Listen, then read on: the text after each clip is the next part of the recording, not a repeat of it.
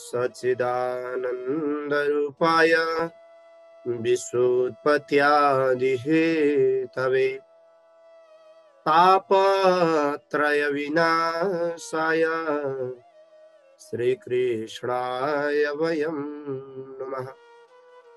गुरुर्ब्रह्मा गुरुर्विष्णु गुरुर्देव महेश्वरः गुरुर्साक्षात् परः ब्रह्मा तस्मै श्री गुरवे नमः। जेहि पर कृपा करहि जन जानी कबीर जिन रचावै भानी मोरी सुधारी सो सब बाती जासु कृपा नहीं कृपा गाती। ओम हराय नमः। ओम परमात्मने नमः। कृष्ण चंद्र भगवान की जय हो। राधा रमण भगवान की जय हो। भागवत भगवान की जय हो। पुराण पुरुषोत्तम भगवान की जय हो।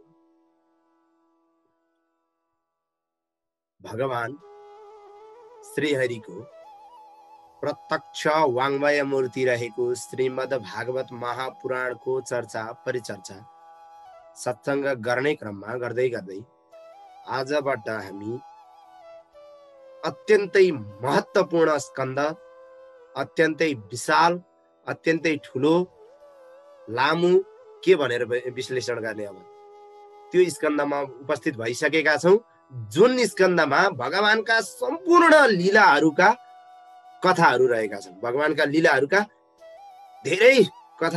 धेरैभन्दा धेरै कथाहरू समावेश भएका छन्। बाल लीला, युवावस्था, वृद्धावस्था, अब के भन्ने, अब सबै लीलाहरू चाहिँ समावेश भएको भागवतको मुटु स्वरूप रहेको भागवतको त्यो कथामा आइपुगेका छौं, जहाँ भगवानको सम्पूर्ण लीलाहरूलाई समावेश गरिएको छ। दशम स्कन्द प्रारम्भ गर्दैछौं। दशम स्कन्दमा भगवान जन्मिनु अथवा भनौं भगवान जन्मिने भन्दा नि भगवान प्रादुर्भाव हुने भनौं, भगवान प्रादुर्भाव हुनुको कारण, त्यो प्रादुर्भाव भइसकेका कारण, भइसकेपछिका कामहरू, प्रादुर्भाव हुनुभन्दा अगाडिका भूमिकाहरू, कहाँबाट, कसको घरबाट, किन, कसरी, कसले, के गरी, वाट क्वेसन भन्छ नि, वाट क्वेसन, डब्लुएच क्वेसनका हरेक उत्तरहरू यो अध्यायमा रहेका छन्। सबै क्वेसन निरोध कथा रहेको, यो निरोध 10 लक्षण मध्ये निरोधले युक्त भएको यो दशम स्कन्दलाई पूर्वार्ध र उत्तरार्ध गरेर 2 भागमा विभाजन गरिएको छ। जाउँ पूर्वार्ध प्रथम अध्यायबाट हामीहरू पनि कथालाई सुरु गरौँ। प्रथम अध्यायमा भगवानको अवतार हुने प्रयोजन बताइएको छ, कसरी चाहिँ भगवान कसको गर्भमा, किन, कसरी भन्ने कुराहरूको उत्तर बताइएको छ। अध्याय अलि लामो पनि छ, तर विस्तारमा यसमा व्यवहारिक ज्ञान पनि धेरै हुनाले यसलाई विस्तारमा हामी बुझ्ने चेष्टा गरौँ। राजोवाच, राजा परीक्षितले जब यदुवंशको कथाको रूपमा नवम स्कन्दको 24औं अध्यायमा भगवान कृष्णको अवतार भएको यही वंश हो र भगवान कृष्णले अवतार लिएर यो काम गर्नुभयो भनेर एकदम संक्षिप्तमा छोटोभन्दा छोटोमा जब वर्णन गर्नुभएको थियो, राजा परीक्षितलाई बिल्कुल चित्त बुझेन र भन्नुहुन्छ, राजा परीक्षित के भन्नुहुन्छ, कथितो वंश विस्तारो भवता सोम सूर्ययो राज्ञं चोभयवंश्यानां चरितं परमाद्भुतम्। हे प्रभु, हे गुरुदेव, हे मुनिश्रेष्ठ, हे सुखदेव स्वामी, त्यो परम अद्भुत चरित्र, त्यो अद्भुत लीला जुन छ त्यो मलाई बताउनु पर्छ। हजुरले के गर्नुभयो, चन्द्रवंशको, सूर्यवंशको सारा राजाहरूका आश्चर्य लाग्दा ती अद्भुत चरित्रहरू मलाई सुनाउनु भएको छ, सुनाउनु भयो। अगाडिका अध्याय स्कन्धहरूमा मैले सुने हैन। त्यही बीचमा परम ती यदु, जसको नामबाट यदुकुल रहन गयो, उहाँको चरित्र पनि हजुरले बताउनु भयो। तर प्रभु, मलाई अलिकति चित्त नबुझेको चाहिँ यिनै यदुकुलमा अवतरित हुनुभएका भगवानको चरित्रलाई चाहिँ हजुरले किन यति छोटो एउटा दुईटा श्लोकमा ल्याएर चाहिँ मलाई बुझाउनु भएको? मलाई त यसरी चित्त बुझ्दैन प्रभु। मलाई त विस्तार वंश विस्तार बताउनु भएको, त्यो वंश विस्तार त बुझे, भगवानको कथा पनि विस्तार पूर्वक बताउनुहोस् प्रभु। मलाई त यसरी हुँदैन, कुनै पनि हालतमा मलाई यसरी चित्त बुझ्दैन। सम्पूर्ण प्राणीहरूका पालक, सर्व अन्तर्यामी, सृष्टि स्थिति संहारकर्ता भगवान स्वयं नारायणले यदुकुलमा चाहिँ अवतार लिनुका कामहरू के हुन्, गर्नु, अवतार हुनु किन भएको, अवतार भएर के गर्नुहुन्छ, किन अवतार गर्नु परेको, भगवान नै किन आउनु परेको, यस्ता धेरै कारणहरू छन्। त्यो कारणहरू सहित मलाई चाहिँ भन्नुपर्छ हैन। मानिसहरू चाहिँ जो आनन्द प्राप्त गर्नको लागि ती भगवानका गुणानुवादहरूलाई यी कान रूपी पात्रले पिउँदै हिँड्छन् हैन, मनमा आनन्द लिनको लागि लिँदै हिँड्छन् हैन। जसरी रोगीलाई एउटा रोगलाई चाहिँ औषधि चाहिँ उसको लागि महत्त्वपूर्ण कुरा हो, त्यस्तै गरी भक्तको लागि पनि भगवानका ती लीला चरित्रहरू औषधि भन्दा कमी छैन। त्यो बिना त भक्त बाँच्नै सक्दैन। त्यसैले प्रभु मलाई त यो विस्तार पूर्वक भन्नुपर्छ। यो हजुरले यो कथा छोट्याएको मलाई बिल्कुल चित्त बुझिया छैन। हजुरले छुट्टा मलाई त बिल्कुल चित्त बुझिया छैन। मलाई त विस्तारमा चाहिन्छ। महाभारतको युद्धमा देवताहरूलाई जित्ने ती भीष्म पितामह जो देवताहरूलाई पनि जित्न सक्नुहुन्थे, त्यस्ता अतिरथीहरूले शहीद भएको त्यो कौरव सेनालाई हराएर हजुरले हैन, त्यो कौरव सेनालाई हराएर हजुरले चाहिँ मेरा पिताहरूको, जो मेरा हजुरबुवाहरूको चाहिँ रक्षा गर्नुभएको थियो। यानि कि मेरा हजुरबुवाहरूलाई न्याय दिलाउनु भएको थियो। त्यस्ता न्याय दिलाउने, त्यस्ता भगवानको कथा मैले नसुन्नु, मेरो वंशलाई रक्षा गर्ने मान्छेहरूको कथा चाहिँ म छोटकरीमा छोड्नु, त्यो कदापि हुन सक्दैन। तिमिल नाम गरेको तिमिङ्गी नाम गरेको एउटा माछा हुन्छ, जसले समुद्रलाई चाहिँ एकदम भयावह बनाउँछ। त्यसै गरी कौरव सेनाका ती सेनापतिहरू, अतिरथीहरू, रथीहरू यस्ता बेजोड थिए। भीष्म पितामह, द्रोणाचार्य जस्ता भीष्म भयानक ती रथीहरूलाई चाहिँ हराएर चाहिँ युधिष्ठिरको, मेरा हजुरबुवाको चाहिँ पक्षमा हजुरले जिताउनु भएको थियो। त्यो चान्चुने कुरो थिएन। तर हजुरको लागि त खेलैया थियो।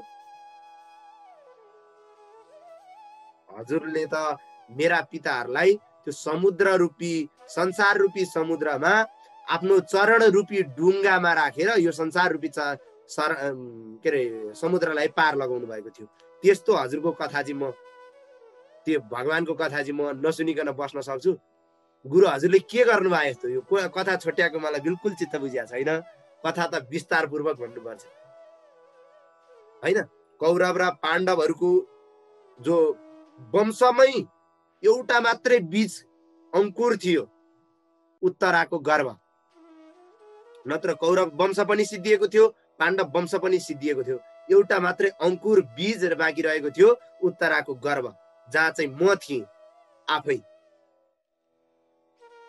त्यो उत्तराको गर्भलाई नाश गर्नको लागि अश्वत्थामाले ब्रह्मास्त्र चलाएको थियो, मलाई नाश गर्नको लागि। यानि कि कौरव र पाण्डु वंश दुईटै खतम होस् भन्नको लागि उसले चलाएको थियो।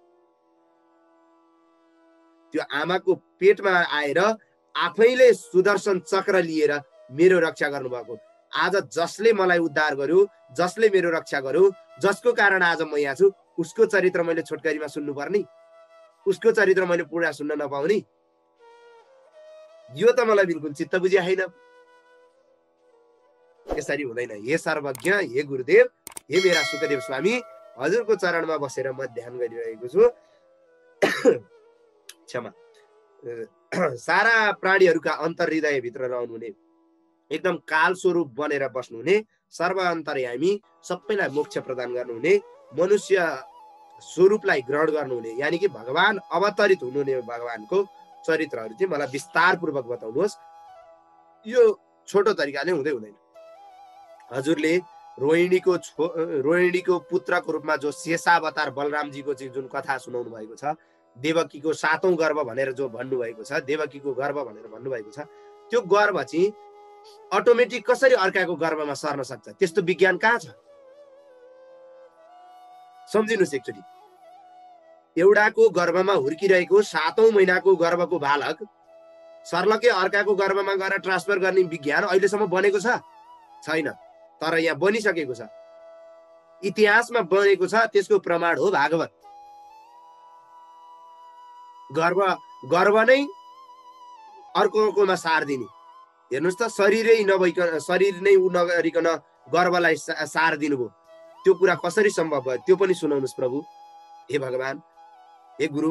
भगवान बालमुकुन्द जो श्रीकृष्ण जो हुनुहुन्छ, उहाँले आफ्नो पिताको घरबाट चाहिँ जो गोकुल किन जानुभयो, ब्रज गोकुलमा किन जानुभयो, जेलमा कसरी पर्नुभयो, जेलमा जन्मेर कसरी उम्किनुभयो, उहाँले बन्धु बान्धवसँग कहाँ कहाँ निवास गर्नुभयो, उहाँको राज्य कहाँ थियो, मथुरामा बसेर के गर्नुभयो, होइन, ब्रजमा बसेर के गर्नुभयो, अनि कदापि मार्न योग्य नहुने आफ्नै मामा, यानि कि आफ्नै आमाको दाजुभाइ, कदापि मार्न नहुने व्यक्तिलाई चाहिँ किन मार्नुभयो आफैले?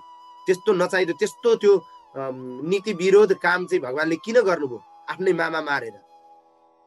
त्यो पनि मलाई सुनाउनुहोस्। हे गुरु, हजुरले चाहिँ मैले नसोधेका सारा लीलाहरूलाई मैले यहाँ त थोरै प्रश्न गरेँ, तर यो थोरै प्रश्न भनेर फेरि ट्वाक्क यति प्रश्नको मात्रै उत्तर नदिनुहोस् कि मैले नसोधेका प्रश्नहरूको पनि हजुरले मिलाएर एकदम भगवानका कथाहरूलाई चाहिँ एकदमै सुनाउनुहोस्, होइन?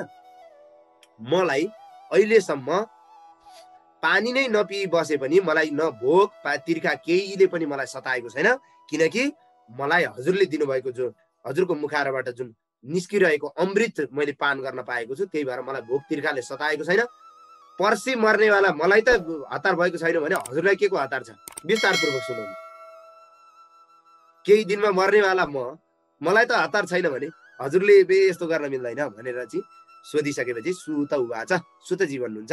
यसरी चाहिँ एकदम सौनक आदि 88,000लाई भन्नुहुन्छ। यसरी एकदम विस्तारपूर्वक जुन व्यासपुत्र सुकदेवजीलाई चाहिँ राजा परीक्षितले प्रश्न सोधिसकेपछि परीक्षितलाई चाहिँ प्रशंसा गर्दै राजा परीक्षितलाई प्रशंसा गर्दै सुकदेव स्वामी भन्न थाल्नुभयो, होइन? श्रीकृष्णको लीलाहरू सुनाउन थाल्नुभयो। श्री शुक उवाच सम्यक व्यवसिता बुद्धिस् तव राजर्षि सत्तम वासुदेव कथायां ते यज्जता नैष्ठिकी रतिः।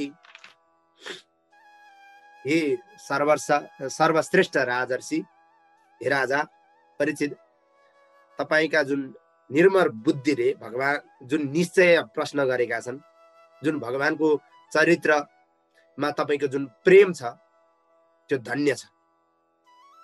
हजुरले अगाडिका चरित्रहरू सुनेर भगवान प्रतिको भक्तिलाई आफूलाई अझै बढाउनु भएको छ, त्यो धन्य छ। जसरी भगवान हरिको चरणबाट झरेकी गंगा स्वर्गीय मर्त्य पातल तीनै लोकलाई पवित्र पार्दछन्, त्यसै गरी भगवान श्रीकृष्णको विषयमा सोधिएको जुन प्रश्न छ, त्यो प्रश्नले प्रश्नकर्तामा, यानि कि जो प्रश्नकर्ता छ उसलाई, प्रश्न सोध्ने मान्छेलाई, र प्रश्नको उत्तर दिने वक्तालाई, र प्रश्नको उत्तर दिँदा सुनेर बस्ने अरू श्रोताहरूलाई समेत तीनै किसिमका मानिसहरूलाई पवित्र पार्दछ, त्यसले उद्धार गर्दछ। प्रश्न गर्ने मान्छेको पनि उद्धार हुन्छ, प्रश्नको उत्तर दिने मान्छेको पनि उद्धार हुन्छ, त्यो प्रश्नको उत्तर दिइरहँदा अरू सुनेर बस्ने मान्छेको पनि उद्धार हुन्छ। त्यसमा हजारौं दैत्यहरूका समूहले, जुन घमण्डी दैत्यहरूले, समय चाहिँ के भयो भने एक दिनको कुरा हो, धेरै अगाडिको कुरा हो, जब हजारौं दैत्यहरूका समूहले पृथ्वीलाई चाहिँ आक्रान्त बनाएको थियो। घमण्डी अहंकारी राजाहरूले चाहिँ पृथ्वीमा जब राज्य गर्दै थिए, धेरै धेरै त्यस्ता राजाहरूले चाहिँ राज्य गर्दै पृथ्वीलाई असह्य पीडा दिइरहेका थिए। आक्रान्त बनाएको पृथ्वी अत्यन्तै दुखी भएर ल अब चाहिँ मैले सहन गर्न नसक्ने भएँ, मेरो सहन गर्ने क्षमता चाहिँ ह्रास हुँदै गएको छ भन्ने बुझेर ब्रह्माजीको शरणमा जानुभयो। ब्रह्माजीको शरणमा गएर अत्यन्तै खिन्न भएर आँखाबाट आँसु बगाउँदै रुँदै कारुणिक स्वरमा गाईको रूप लिएर पृथ्वीले भन्न थाल्नुभयो। ब्रह्माजीको नजिकमा गएर सारा मलाई चाहिँ यस्ता यस्ता कुकृत्य गर्ने दैत्यहरूले चाहिँ मलाई राज्य गरिरहेका छन्, म माथि चाहिँ अत्याचार गरिरहेका छन्, म माथि चाहिँ आक्रमण गरिरहेका छन्, प्रभु मेरो उद्धार गरिदिनुहोस्, मेरो बचाउ गरिदिनुहोस् भनिसकेपछि सारा कुरा बुझेर ब्रह्माजी चाहिँ शङ्कर भगवानलाई साथमा लिएर पृथ्वीलाई पनि लिएर क्षीरसागर समुद्रको क्षीरसागर जो सागर छ त्यसको तीरमा जानुभयो र त्यहाँ गएर ब्रह्माजीले एकाग्र चित्त भएर देवादिदेव जगन्नाथ भगवान परम पुरुष भगवान विष्णुको पुरुष सूक्तद्वारा चाहिँ स्तुति गर्न थाल्नुभयो, आराधना गर्न थाल्नुभयो। उहाँले आराधना गर्दा गर्दै आकाशवाणी भयो। यहाँ आकाशवाणीको कुरा सुनेर के भन्नुभयो भने आकाशवाणीले के भन्यो भन्ने कुरा चाहिँ ब्रह्माजीले गाई र शङ्कर सहित भन्न थाल्नुभयो। हे देवताहरू, हे गौमाता, तिमी चिन्ता नगर, भगवानले मलाई के भन्नुभएको छ त्यो कुरा ध्यान दिएर सुन। भगवानले छिटै नै अवतार लिँदै हुनुहुन्छ रे। भगवानले अवतार रे भनेर बुझ्नु पर्यो हामीले। ब्रह्माजीले कसलाई भन्दै हुनुहुन्छ? गाई लगायतका त्यहाँ जुन जानुभएका देवताहरूलाई भगवान छिटै अवतार लिएर यो पृथ्वीमा परेका सारा कष्टहरूलाई हरण गर्दै हुनुहुन्छ।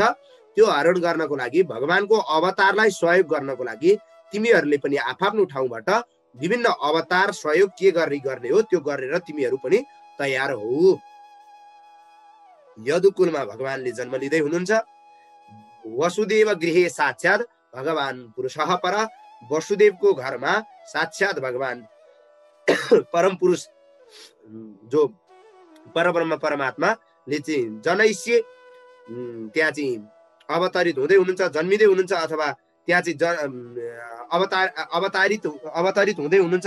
त्यसैले उहाँको खुसीको लागि देवाङ्गनाहरू, देवताहरू, भगवानलाई सहयोग गर्ने सहयोगीहरू सबै तिमीहरू चाहिँ त्यहाँ आफ्नो स्वरूपमा गएर त्यहाँ तयार हुनु।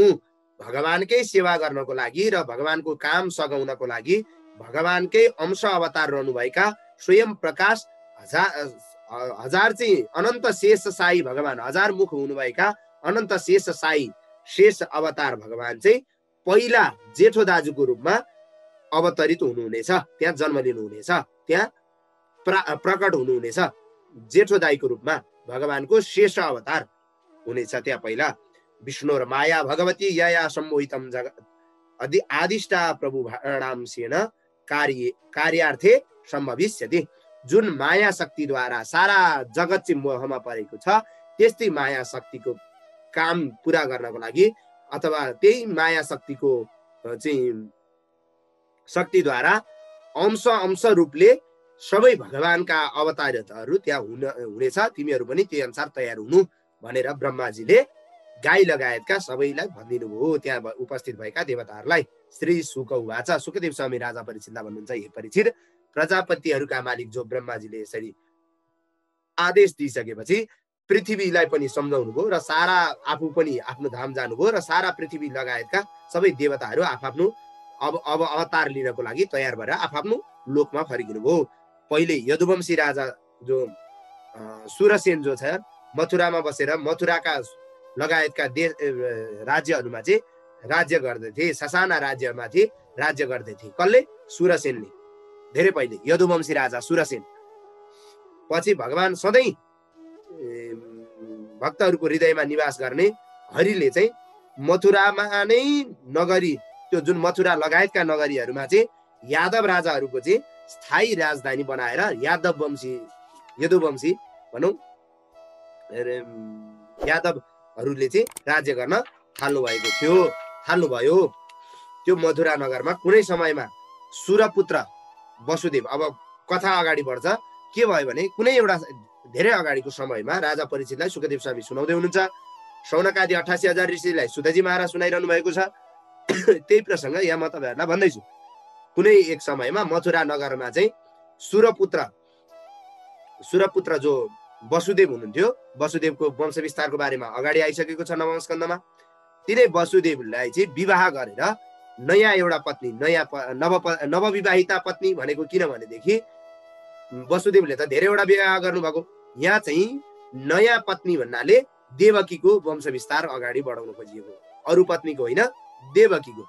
वसुदेवले देवकीसँग विवाह गरेर घर फर्कन लाग्नु भएको थियो। देवकको चाहिँ छोरी हुनुहुन्थ्यो, कंसको बहिनी हुनुहुन्थ्यो। सयौं स्वर्ण विभूषित भएका रथहरूले घेरिएको त्यो उग्रसेनको चाहिँ छोरोको जो कंस छ उसले चाहिँ बहिनीलाई माया गरेको खुसी, बहिनीको विवाहको खुसीको लागि चाहिँ म आफै रथ लिएर चाहिँ जान्छु, म मेरो बहिनी ज्वाइँलाई पुर्याउनको लागि, अरूले चलाएको रथ हुँदैन यहाँ भनेर बहिनी खुसी पार्नको लागि कंसले भन्यो। वसुदेवले विवाह गरेर देवकीलाई लिएर जाँदै हुनुहुन्छ। त्यहाँ चाहिँ उहाँलाई चाहिँ बहिनीलाई खुसी पार्नको लागि चाहिँ चतुशतम बारिवर्हम गजानाम हेममालिनाम, धेरै भन्दा धेरै हैन, हात्ती, घोडा, रथ, सिंगारिएका सुन्दरीहरू दाइजोको रूपमा, भनेको छोरीलाई भनौँ अथवा कंसले चाहिँ बहिनीलाई भनौँ, देवकले चाहिँ छोरीको लागि, देवकीको लागि यी चाहिँ वसुदेवलाई विवाह गरेर देवकी दिँदाखेरि अब दाइजो स्वरूप, उपहार स्वरूप दिएका थिए, त्यति धेरै दिएका। त्यसरी पठाए। वरवधुको विदाईको समयमा माङ्गलिक ध्वनिहरू बजे, शङ्ख बजे, मादलहरू बजे, दमाहाहरू बजे, पञ्चे बाजा बजे, अब के बजे, तुरही बजे, धेरै वाद्यवादनहरू सहित भए। अब अहिलेको विवाह पनि हामीले देखेकै छँदैछौँ, वसुदेवको पनि त्यसै गरी बिहा भयो। वसुदेव बिहा भएर चाहिँ दुलै अनमाउने बेलामा चाहिँ कंस स्वयं आफै पुर्याउन जान भनेर रथ हाँक्न तयारी भएको छ, रथ हाँक्दैछ। भयो के त भन्दा रथ लिएर गयो।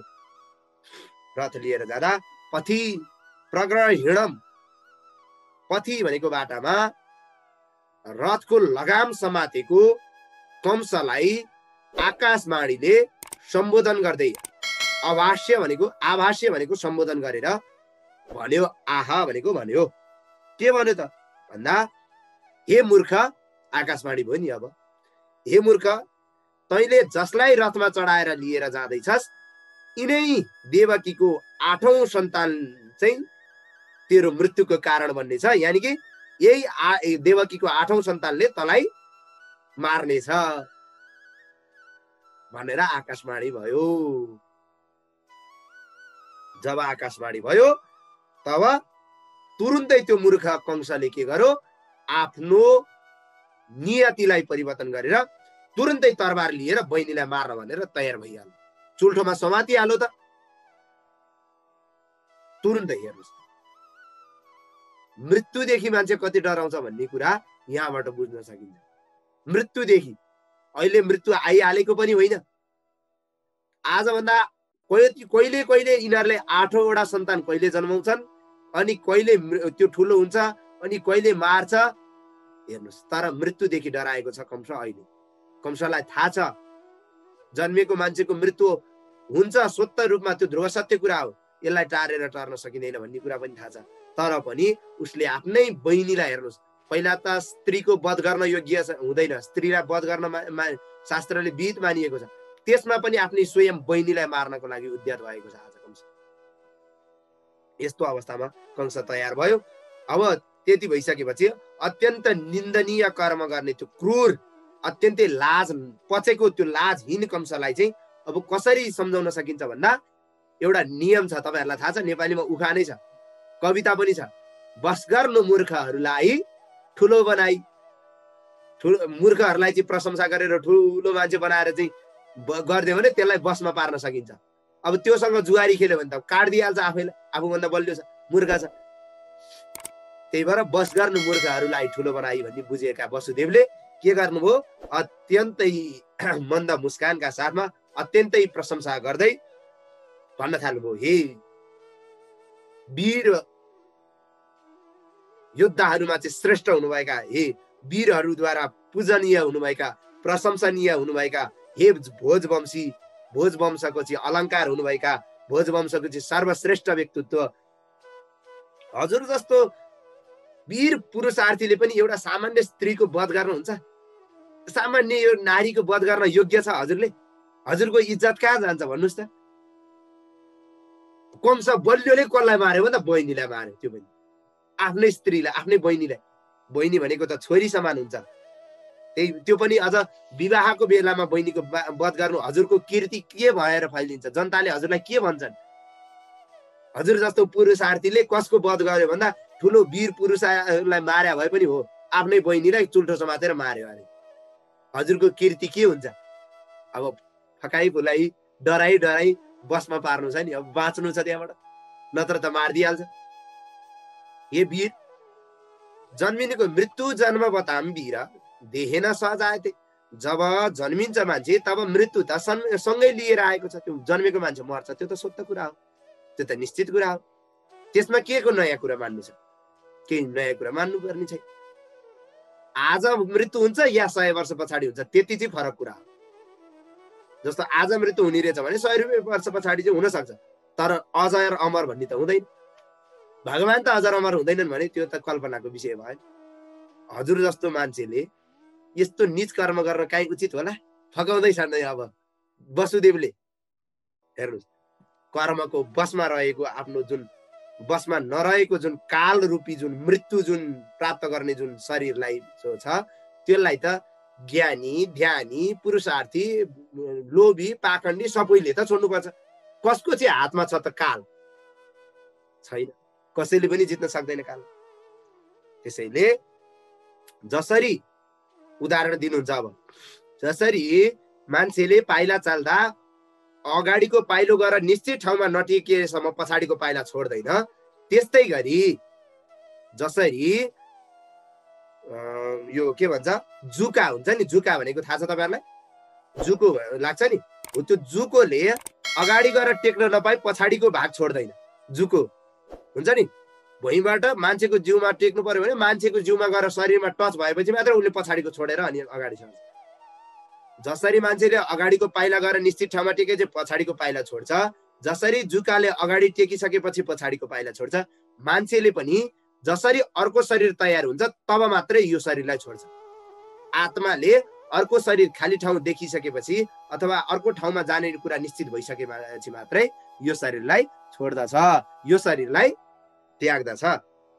भने यो निश्चित नभएको शरीर, यो मर्ने शरीर, यसको लागि के माया गरिरहनु? हजुरले यसरी गर्नु हुँदैन हैन। जसरी स्वप्ने यथा पश्यति, जसरी देखिएका सुनिएका कुराहरू चाहिँ हैन, के भन्छ अब त्यो देखिएका सुनिएका कुराहरूलाई जुन प्राप्त गर्ने अभिलाषा वा अब त्यसको निश्चितता गरेका जुन जति पनि कुरा छन्, त्यो चिन्तन गर्दा व्यक्तिले सपना अवस्थामा जुन प्राप्त भएको वास्तविक शरीरलाई बिर्सिएर कल्पना अनुसार भएको प्राप्त शरीरमा चाहिँ रमाउँछ। भनेको सपना देख्छ मान्छे, सपना देख्दा यो शरीर त सुतेको हुन्छ खाटमा, एउटा खाटको एउटा अथवा भुइँमा अथवा काहीँ पनि यो शरीर त डङरङ लडेको हुन्छ। यो शरीर छोडेर उसले सपनामा अर्कै शरीर खडा गर्छ, अनि अर्कै शरीर खडा गर्छ, भोक प्यास उसलाई लाग्छ अर्को शरीरलाई। तर यहाँ भोक प्यासमा चाहिँ को पीडित हुन्छ? यो शरीर पीडित हुन्छ। सपनामा गम खान्छ, तर यहाँ अगाउँछ मान्छे, निधार उठेको मान्छे अगाउँछ? अगाउँदैन। सपनामा भोकले चाहिँ मर्नुहुन्छ मान्छे, टन्न खाएर सुतेको मान्छे सपनामा गएर भोकै हुन्छ, रोइ कराई गर्छ। हो, जसरी त्यो कुरा झुट्टो हो, त्यसै गरी सपनाबाट उठिसके पछाडि त्यो कुरा झुटो भएर त्यो सपनाको शरीरलाई मान्छेले जसरी छोडिदिन्छ, त्यसै गरी मान्छेले पनि मरिसकेपछि यो शरीरलाई छोडिदिन्छ। हो कि होइन? यो कुरा सत्य हो। मरिसकेपछि त यो शरीर यहीँ हुन्छ, आत्मा मात्रै अर्को ठाउँमा जान्छ। हो, त्यसैले यो झुट्टो शरीरलाई यो माया नगर्नुहोस्, यो मरेर जानु छ, जाने कुरा हो भनेर यसरी भन्न थाल्यो। प्रारब्धद्वारा जुन प्राप्त भएको जुन शरीर छ, त्यो शरीर त यहीँ जान्छ। जुन पाँच भौतिक शरीर जुन छ, पृथ्वी जल तेज वायु आकाश जुन तत्त्वहरूद्वारा प्रकृतिका तत्त्वहरू मिलेर बनेको जो शरीर छ, त्यो त यहीँ छोडेर जाने हो, लिएर त केही पनि जाने होइन हैन। अब यो शरीर र आत्माको भिन्नताको बारेमा यहाँ एउटा उदाहरण दिएको छ। जसरी कुनै भाँडामा राखेको पानीमा सूर्यको अथवा चन्द्रमाको प्रतिबिम्ब पर्दा त्यो हावाले हल्लाउँदा अथवा भाँडोलाई तपाईँले हल्लाइदिनु भयो भने त्यो सूर्य के हुन्छ? हल्लिन्छ। वास्तविक सूर्य हल्ल्या होला कि नहोला? वास्तविक सूर्य त उहाँ हल्लेको होइन, यहाँ भाँडो पो हल्ल्या हो त। भाँडो पो छचल्केको हो त। तर सूर्य हल्लिन्छ वरपर हुन्छ, 2-3टा सूर्य बनिन्छ हो। त्यस्तै गरी जब अविद्या रूपी मोहका कारण, अविद्याका कारण शरीरमा चाहिँ आत्मबुद्धि मान्छेले गर्छ, तर वास्तविक आत्मा चाहिँ शरीर होइन। आत्मतत्व भनेको शरीर होइन। जसरी वास्तविक सूर्य त्यो भाँडोको सूर्य होइन, अथवा तलाउमा देखिएको सूर्य होइन, अथवा सूर्यको छाया परेको ठाउँको सूर्य होइन, वास्तविक सूर्य त्यही नै हो। त्यसै गरी यो शरीरमा देखिएको चिज पनि आत्मा होइन, शरीर होइन। आत्मा आत्मा भनेको फरक कुरा हो, शरीर फरक कुरा हो। त्यसैले आत्मा त अजर छ, अमर छ। हजुरलाई मर्ने के को डर?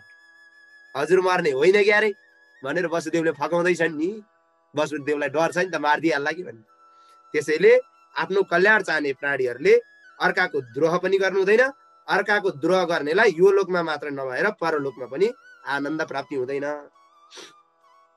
अब हे दाई, अब जेठान, जेठानी नि ठान भनेर चाहिँ जेठान भने भन्नुहुन्छ गुरुहरू हो। हे दाई, हे जेठान, तपाईँ जेसुकै ठान्नुहोस्, तर वास्तवमा यिनी तपाईँको बहिनी हुन्।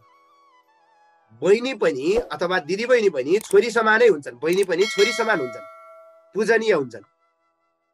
त्यसमा पनि अहिले त हजुरको डरले यिनी अत्यन्तै दुखी छिन्। यी दुखीमाथि दया गर्नु त हजुरको राजाको चाहिँ कर्तव्य होइन र दुखीलाई चाहिँ दया गर्नु, माया गर्नु भन्ने कुरा अत्यन्तै सुशोभित भयो कि यी बहिनीलाई मार्नु कतिको उचित हुन्छ हजुर विचार गर्नुहोस् त भनेर चाहिँ फकाए। यति भनिसकेपछि सुखदेव स्वामी राजा परीक्षितलाई भन्नुहुन्छ, हे राजा परीक्षित, यसरी वसुदेवले प्रशंसाद्वारा चाहिँ प्रशंसा गर्दै, अलिअलि डर देखाउँदै, अलिअलि प्रशंसा गर्दै सम्झाउने बुझाउने प्रयास गरे। तर त्यो राक्षसी स्वभाव भएको त्यो कम छ, किन मान्थ्यो र बहिनीलाई चाहिँ मार्न भनेर फेरि त कहाँ हुन्छ त्यसरी। यसको गर्भबाट मेरो मृत्यु जन्मिँदैछ, यसैलाई चैट बनाइदियो भने त मेरो मृत्यु नै जन्मिँदैन। यसैलाई नरहेका बाँस, नबजेका बाँसुरी, बाँसै बाँच्दिसकेपछि अब यो नै मरिसकेपछि मेरो त मृत्यु नै हुँदैन, म त अजर हुन्छु, अमर हुन्छु, देवता भन्दा पनि ठुलो हुन्छु। किनभने आकाशवाणीले भर्खर भनेको छ। आकाशवाणीको कुरा अहिलेसम्म झुटो हुँदैन, आकाशवाणीले कुरा गरेको कुरा अहिलेसम्म झुटो भएको छैन। त्यसैले म त यसलाई मार्ने हो भनेर चाहिँ उद्यत भयो। वसुदेवले कंसको त्यो हठलाई बुझेर अनि त्यो कष्टलाई चाहिँ टार्नुपर्छ। अब मेन भनेको यहाँ एउटा अर्को व्यवहारिक शिक्षा के भन्यो भने अहिले आएको कष्टलाई पछाडि सारेर हेर्नुहोस्, कतिपय अवस्थामा त्यो नै राम्रो हुन्छ। वसुदेवले यहाँ त्यही विचार गर्छन्, अहिले आएको कष्टलाई कसै गरी पनि पछाडि सार्नु पर्यो, त्यो नै मेरो लागि अहिले उपलब्धि हुन्छ। किनभने बुद्धिमान व्यक्तिले बल बुद्धिले भ्याएसम्म, पहिला सकेसम्म आएको कष्टलाई अथवा मृत्युलाई टार्नु पर्दछ। बुद्धिमान व्यक्तिले सकेसम्म टार्नु पर्दछ। यदि प्रयत्न गर्दा पनि, यदि अभ्यास गर्दा पनि त्यो टर्दैन, त्यो मृत्यु टर्दैन। किनभने मृत्यु टर्ने कुरै होइन। मृत्यु टर्दैन भने त्यो व्यक्तिले चाहिँ आफूले गरेको प्रयास गर्दा गर्दै पनि मृत्यु टर्दैन भने त्यो व्यक्तिलाई दोष लाग्दैन। तर उसले प्रयासै गर्दैन भने चाहिँ उसलाई मृत्यु गरेको दोष लाग्छ। अहिले कंसबाट यो देवकीलाई बचाउनु नै मेरो पहिलो प्रायोरिटी हो। अहिले त मृत्युलाई टार्नु पर्यो, मैले प्रयत्न गर्नु पर्यो। यदि अहिले मैले यिनलाई चाहिँ केही भनेर सम्झाएर मैले अहिले मृत्युलाई पछाडि सारे भने, मैले मृत्युलाई पछाडि सारिसकेपछि पछि भने त के हुन्छ के हुन्छ, बा मेरो छोरोले यिनलाई मार्नै पनि सक्छ। अब अहिले मैले जन्मेका छोराहरू चाहिँ तिमीलाई बुझाइदिन्छु दाई, हे जेठान, हे कंस भनेर भनी भने पक्का यिनले देवकीलाई छोड्छन्। भोलि पर्सि अब बच्चा जन्मेछ भने बुझाइदिउँला, के नै जान्छ। बच्चा देखिसकेपछि यिनमा पनि दया माया पैदा हुन सक्छ। बच्चा त अत्यन्तै प्यारो हुन्छ। देख्दा बच्चा जति नै झगडालु भए पनि कति माया लाग्दो हुन्छ। देख्दा बच्चा अत्यन्तै प्यारो हुन्छ, भोलि पर्सि यिनलाई माया लाग्न सक्छ। त्यो पनि आफ्नै के अरे भान्जा भान्जी देख्दा त कसलाई माया नलाग्ला, भान्जोलाई मार्न पनि नसक्ला। अथवा के थाहा भोलि हामीबाट जन्मिने बच्चाले पो यिनलाई मार्छ कि। किनभने दैव कसले जाने छ? रामलाई त्यत्रो सङ्कट आएर चाहिँ जङ्गल जानुपर्छ भन्ने कसले जाने थियो र? होइन, भगवान स्वयं रामलाई त त्यस्तो सङ्कट परेर जङ्गल जानु पर्यो भन्ने कसैले बुझाइदैन। त्यही भएर कुन बेला कति बेला कसको तुला चाहिँ कता फर्किन्छ भन्ने ठेगान छैन। यो त दैवको कुरा हो। दैवले चाहेको रहेछ भने यो मर्न पनि सक्छ, अथवा मैले बच्चा जन्माइसक्दाखेरि यो आफै पनि बुढो भएर मर्न सक्छ नि, कालले यसलाई सिध्याउन सक्छ नि। मैले बच्चा जन्माइरहँदाखेरि त मेरो 8औं बच्चा भइरहँदाखेरि त यो मान्छे पनि आफै बुढो भइसक्न सक्छ, यसलाई पनि अरू कसैले मती फरिदिन सक्छ। अहिलेको समस्या टर्यो भने त भोलिको दिनमा जे पनि हुन सक्छ हैन। वसुदेवले सोच्नुभयो अहिलेको मृत्युलाई टार्नको लागि त अब केही गर्नु पर्यो, त्यो सोच्दै हुनुहुन्छ। अनि उहाँले मनमा नै अझै सोच्दै हुन्छ, ज्ञान बुझ्दै हुनुहुन्छ। जसरी आगो लाग्दाखेरि अथवा आगोले डढाउँदाखेरि कहिलेकाहीँ नजिकैको दाउरा नडढेर परको दाउरा डढ्छ। विपरीत भइदियो भने त कहिलेकाहीँ नजिकै देखेको घटना नभएर पछाडिको घटना चाहिँ हुन सक्छ। ठिक छ, कंसले मेरा छोराहरूलाई मारिदियो भने पनि अहिले देवकीको जीव बचाउनु नै ठुलो कुरो छ, अहिले देवकीको ज्यान बचाउनु ठुलो कुरो। यदि देवकी बाँची भने बच्चाहरू जिम्मा पनि दिउला। ठिक छ, कंसले छोडिदियो भने छोडिदियो, मारिदियो भने पनि मारिदियो, यो पापिष्ट छ, यसले मार्छ नै थाहा छ। तर कहिलेकाहीँ त्यो के भन्छ विपरीत भइदिएर मेरो छोराले चाहिँ कंसलाई मारिदिन पनि सक्छ, त्यो भइदियो भने त राम्रै हुन्छ। त्यही भएर संयोग र वियोग यो जे छ यो भगवानको अधीनमा छ। त्यही भएर अहिले चाहिँ यसलाई मृत्युलाई टार्नु नै सबैभन्दा उचित छ भनेर चिन्तन गर्नुभयो। वसुदेवले यसरी एकदम बुद्धिले भ्याएसम्म चिन्तन गर्नुभयो र विचार गरेर अब कंसलाई एकदम बाहिर प्रशंसा गर्दै खुसी हुँदै सम्मानपूर्वक भन्न थाल्नुभयो। अत्यन्तै त्यो क्रूर कंसलाई चाहिँ विश्वास दिलाउनका लागि हाँस्दै हाँस्दै प्रसन्न मनसा, प्रसन्न बदन, मन चाहिँ दुःखी भए पनि मन के अरे शरीर जुन देखावट हाउभाउमा चाहिँ अत्यन्तै खुसी हुँदै वसुदेव भन्न थाल्नुभयो। वसुदेव उवाच, वसुदेव भन्न थाल्नुभयो हे सौम्य, हे वीर पुरुष, यो आकाशवाणीले जे कुरा भन्यो छोडिदिनुहोस्, यो आकाशवाणी झुटो हुन पनि त सक्छ, छोडिदिनुहोस् त्यस्ता कुरा। आकाशवाणीले भनेको हो, कुनै व्यक्तिले सत्य आएर हजुरलाई अगाडि भने होइन। आकाशवाणीमा काहीँ झुटो चाहिँ समाचार आएको पनि हुनसक्छ। ल ठिक छ, हजुरले भने अनुसार यदि आकाशवाणी सच्चा नै रहेछ, यदि आकाशवाणीले भने अनुसार सत्य रहेछ भने म हजुरलाई एउटा वाचा गर्छु, एउटा म आज वचन दिन्छु, हजुरको अगाडि प्रतिज्ञा गर्छु।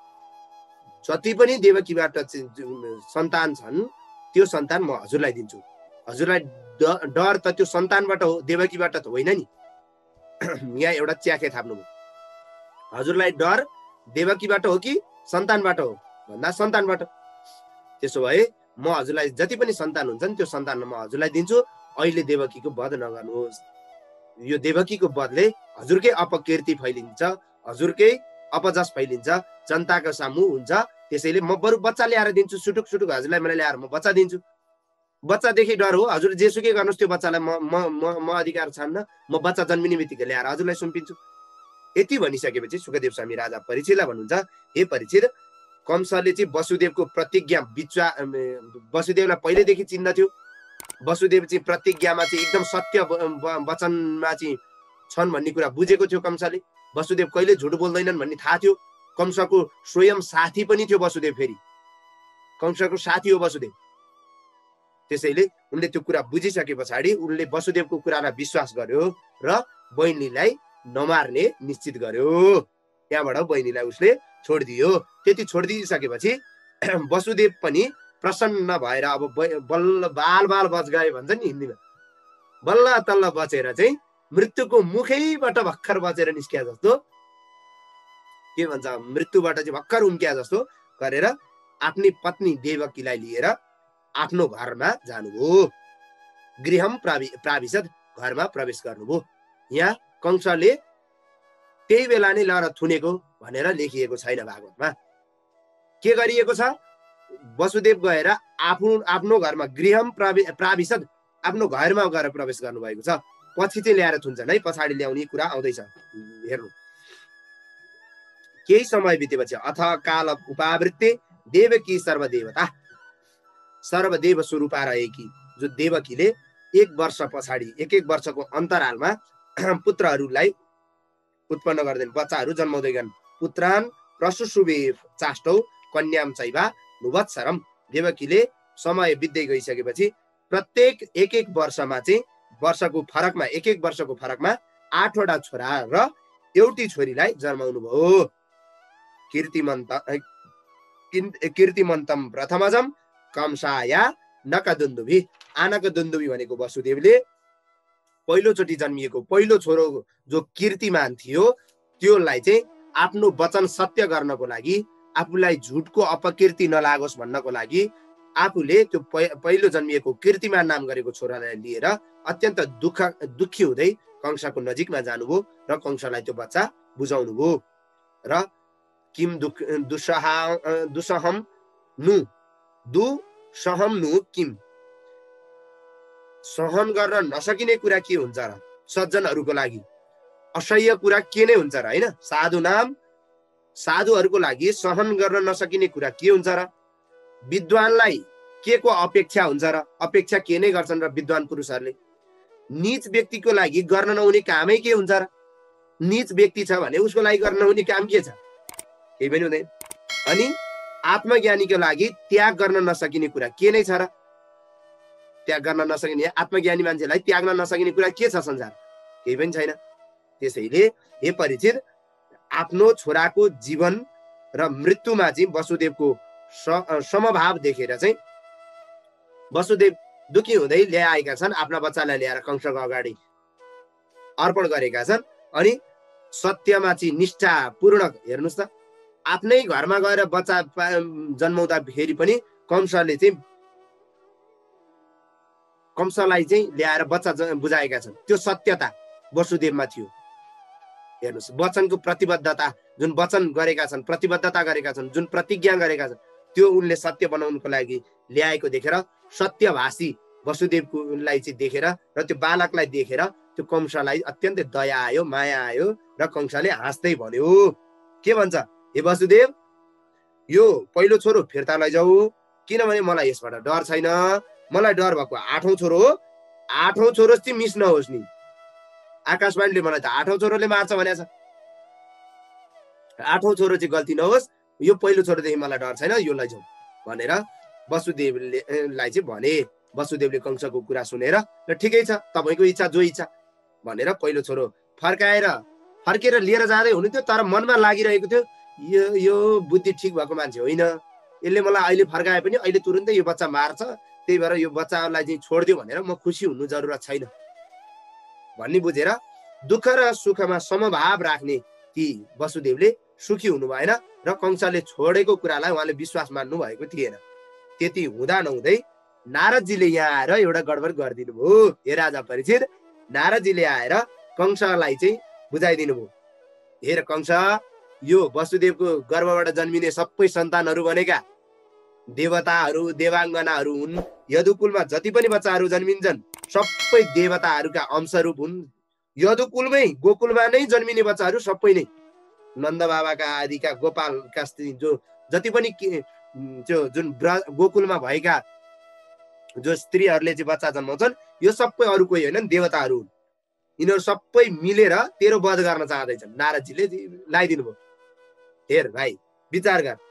अब यो अहिले तैँले एउटा छोड्नु भनेको तेरै शक्ति कमजोर हुँदै जानु हो।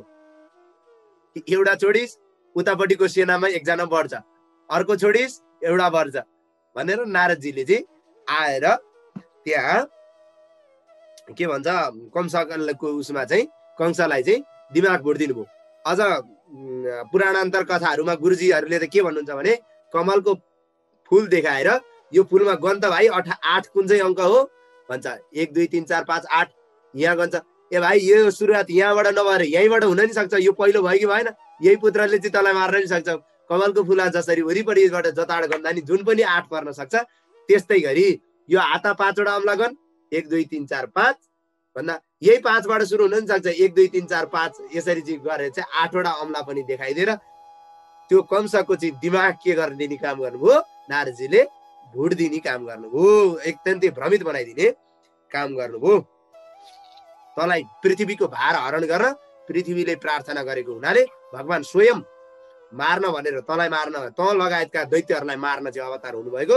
त्यही भएर नचोड भाइ भनेर चाहिँ नारदजीले कंसको दिमाग भुटिदिनु भयो। यसरी भुटिदिसकेपछि देवर्षि नारद फर्किएपछि कंसले तुरुन्तै यदुवंशीहरूलाई चाहिँ देवताहरू हुन्, यदुवंशी सबै देवताबाट आएका हुन् भन्ने बुझेर ठान्यो। नारदजीको कुरालाई विश्वास गर्यो र देवकीको गर्भबाट जन्मिने व्यक्ति सबै विष्णुकै अवतार हो, मलाई त मार्छन् अब मलाई त अब मारेरै छोड्छन् यिनीहरूले, मार्ने नै हुन् भनेर बुझेर उसले तुरुन्तै विचार गरेर वसुदेव र देवकी दुईटैलाई ल्याएर जन्जिर यानि कि त्यो बाँध्ने कुरा भनौँ, त्यो अब हतकडीले बाँधेर जन्जिरले बाँधेर अब त्यो बाँध्ने कुराहरू डोरी भन्दा नि के भन्छ त्यसलाई, साङ्ली, हामी साङ्ला पार्ने त्यो सिक्रीले बाँधेर जन्जिरले बाँधेर कारागारमा चाहिँ थुनिदियो र जति पनि देवकीबाट जति पनि छोराहरू जन्मिन्छन् ती सबैलाई मार्न थाल्यो। वसुदेव देवकीलाई बल्ल यहाँ ल्याएर पहिलो गर्भ आइसके पछाडि मात्रै ल्याएर उसले थुनेको छ।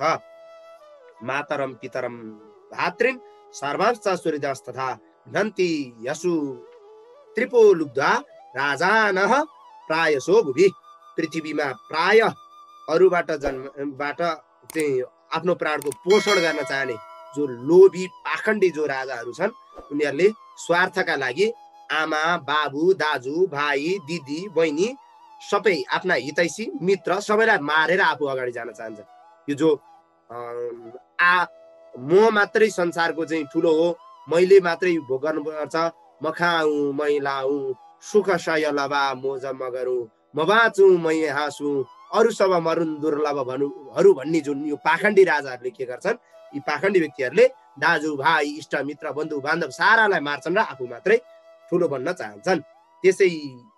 त्यस्तै व्यवहार भएको कंसले पनि आफू पहिला चाहिँ पूर्व जन्ममा कालनेमी दैत्य थिए, मलाई चाहिँ विष्णुले मारेर म अहिलेको जन्ममा कंस बने, अब पनि विष्णुले मार्न आउँछन् भन्ने बुझेर यदुवंशीहरूको विरोध गर्न थालो।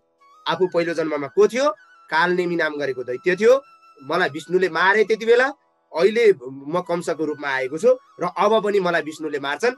सबै यो यदुवंशीहरू जो छन् यी विष्णुका अवतार को हुन्, देवताहरू को हुन्, सबैलाई भनेर यदुवंशीहरूको विरोध गर्न थाल्यो।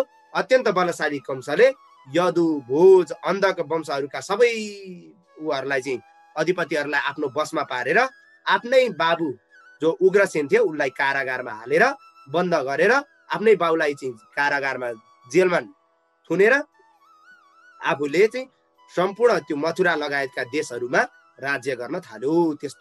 त्यस्तो अत्याचार उसको बढ्न थाल्यो। यसरी कंसको अत्याचारहरू, भगवानको प्रादुर्भाव हुनुको कारणहरू र भगवान प्रादुर्भाव हुने भूमिका बताइएको यो जुन पहिलो अध्यायमा इति श्रीमद् भागवते महापुराणे पारमहंस्यां संहितायां दशम स्कन्धे पूर्वार्धे श्रीकृष्ण अवतारोपक्रमो प्रथमोध्याय। श्रीकृष्ण भगवान जो भगवानको प्रत्यक्ष अवतार हुन लागेको अवस्थामा भूमिकाको रूपमा किन कहाँ कसरी जन्मदै हुनुहुन्छ, कसको गर्भबाट कहिले किन जन्मिन खोजेको सबै भूमिका रहेको र कंसको अत्याचारहरू बढ्दै गएको कुरा चाहिँ वर्णन गरेको यो पहिलो अध्यायको भगवत परिचर्चा पूज्य गुरुबारका चरणकमलमा र भागवत भगवानका चरणकमलमा विश्राम। ओमस्तु परिपूर्णम श्रीकृष्ण अर्पणमस्तु।